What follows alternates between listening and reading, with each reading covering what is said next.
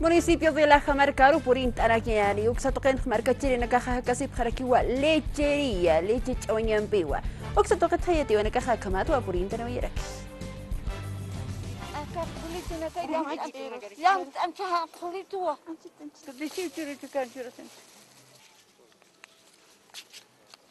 Akarupinit Akarupinit Sapamartis, Urasa Paltas, Sapamartis, Akarupinal, La Pasaro, Habasirat.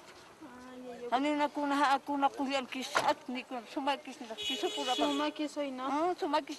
Municipio La Jamarcán jania takpacha marcachirinacawa hakasip lechería milk ich awawimpi. Ukat jamao amtata uxamarcán jalduraña ma planta de lácteos. Chamancha ñataki producción lechera. Ukataki jalio proyecto la canchayasque gobierno yanaptawimpi sasau yatiahuay secretario municipal alcaldía La Jamarcata. Como le comentaba, proyectos macros como planta de lácteos que tiene el presupuesto inicial como 8 millones, pero nos estamos encarando a 50 millones.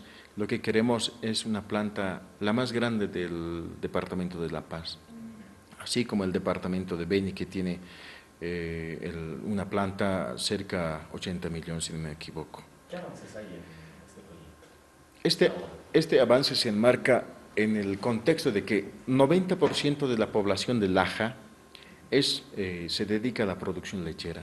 Lechería milk empirna querena caja suitapjeo acá proyecto lurasiñapa. Pues ahora se han nagar combine objetos baja sumas pa o aquí askis pa o industrialización de leche en pol.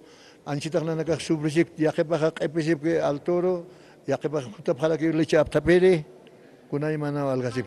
Ya generalmente queso lo das hap. Queso. Y queso ha valga competencia ni la que o kama subrecip alto pataro, a veces garita, o canacar algo así.